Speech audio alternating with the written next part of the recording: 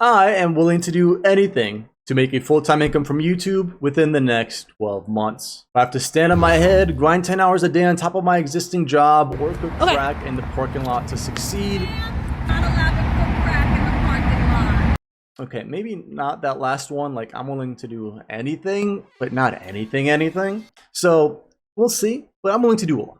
But honestly, even that may not be enough because I'm currently at 1,400 subscribers, not even monetized, and my best video of last year had like 8,000 views or somewhere around it. And I do also have a full-time job and basically no savings, so I can't just go all in and hope that it works out because then I'll be broke and homeless, and that's not ideal. That's just not ideal.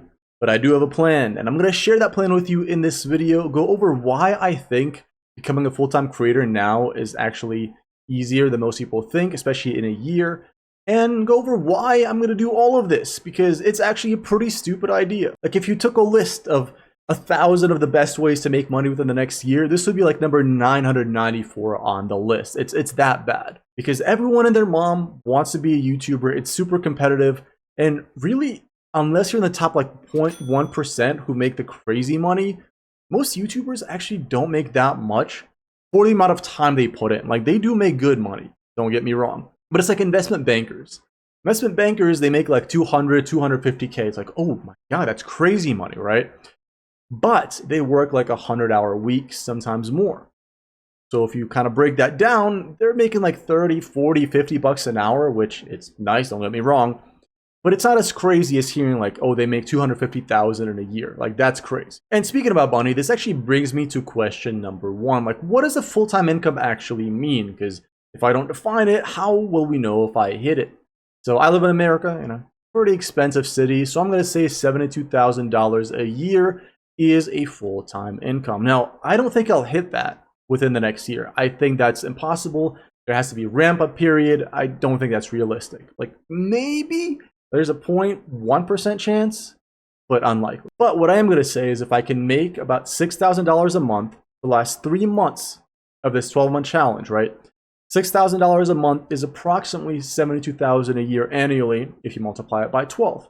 So if I hit that, I'm going to say then the challenge is a success. Now, if I was trying to hit this purely from like AdSense, ad revenue on YouTube, quit right now, go back, do not pass go, like that's impossible. The average channel makes like $2 to $5 per 1,000 views. So if I wanted to make $72,000, I'd have to get like 36 million views.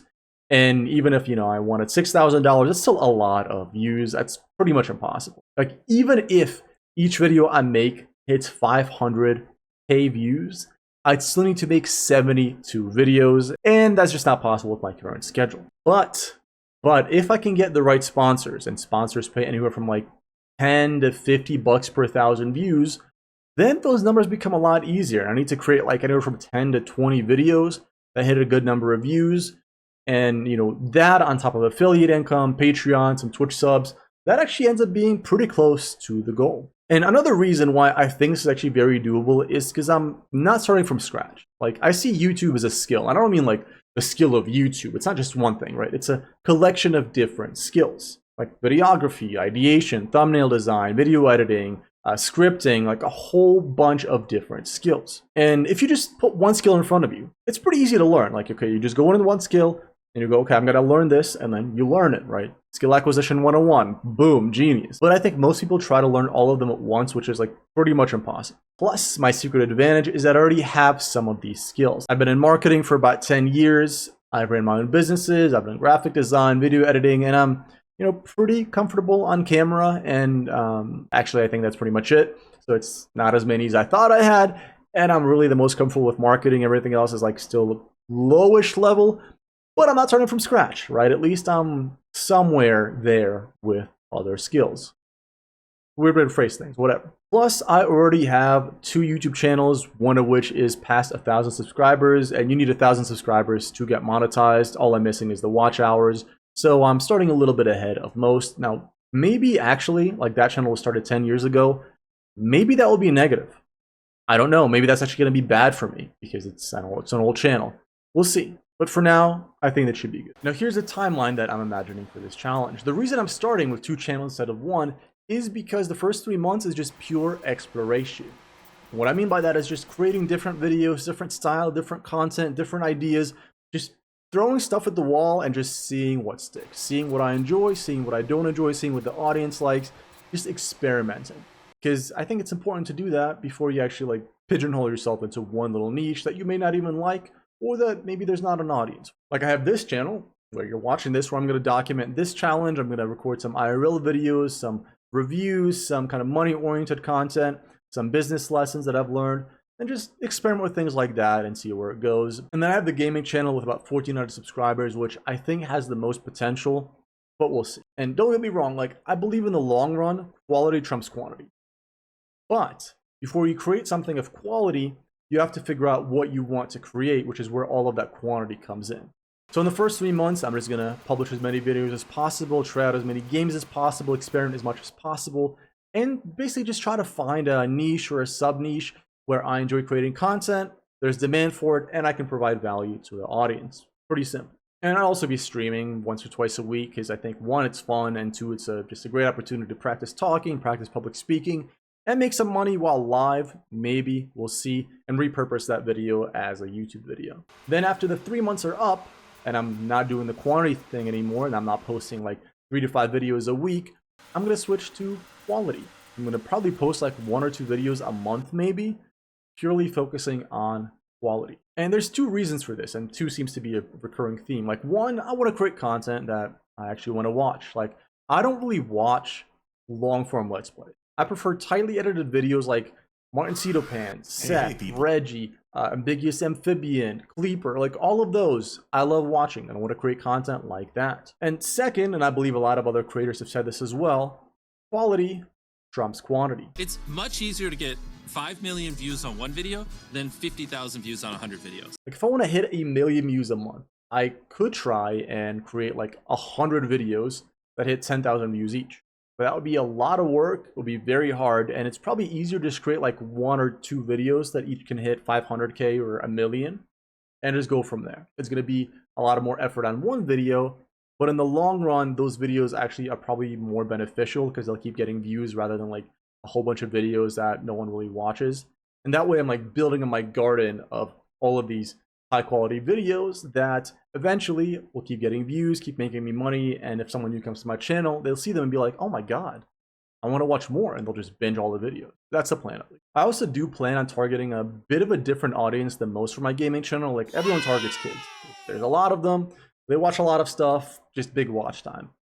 I don't want to do that. I don't want to target 18 plus either, because I don't want to get fully demonetized, but I'm thinking like PG-13, like Deadpool-ish, toe the line, don't cross it. Maybe Deadpool is not the best example, but something along those lines where it's still entertaining, still funny. Targeting the audience that like Seth, Reggie, Martin Cedo, all of the YouTubers that I watch actually target like, I think like late teens, early 20s, late 20s, kind of that age range. Like I could create content like Roblox for kids, I guess, but I think I'd get burnt out. I think I'd get bored, and like, yeah, I'd probably be making money. But if I'm only doing it for the money, there's a lot of other ways, 993 other ways, I could probably make more money doing something I don't like. So I might as well do something that I like and create content that I would actually enjoy creating. And also, there seems to be less competition for this, because I think everyone targets kids, because there's just more kids, less adults, more watch time for kids. But I think there's enough of an audience here, enough of a gap, where there are people looking for this content. There's not enough of it.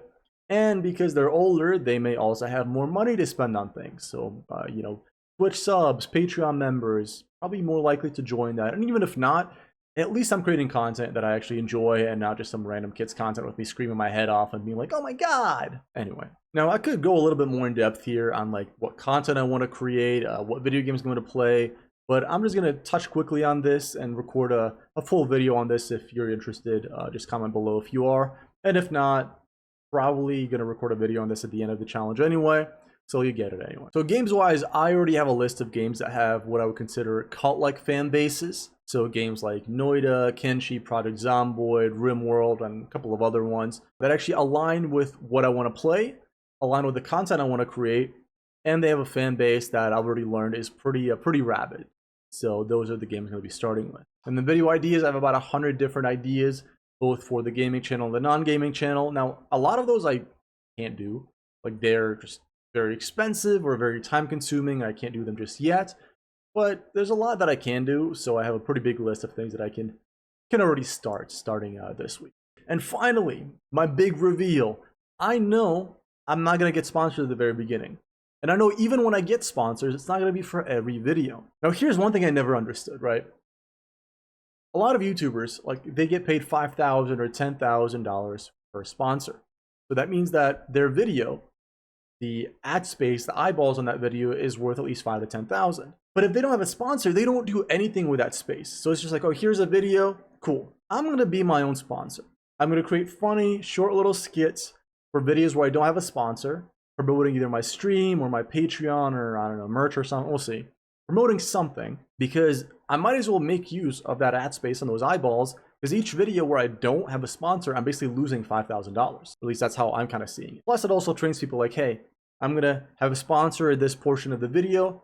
It's going to be funny. It's going to be entertaining. You should watch it, but also please give me money.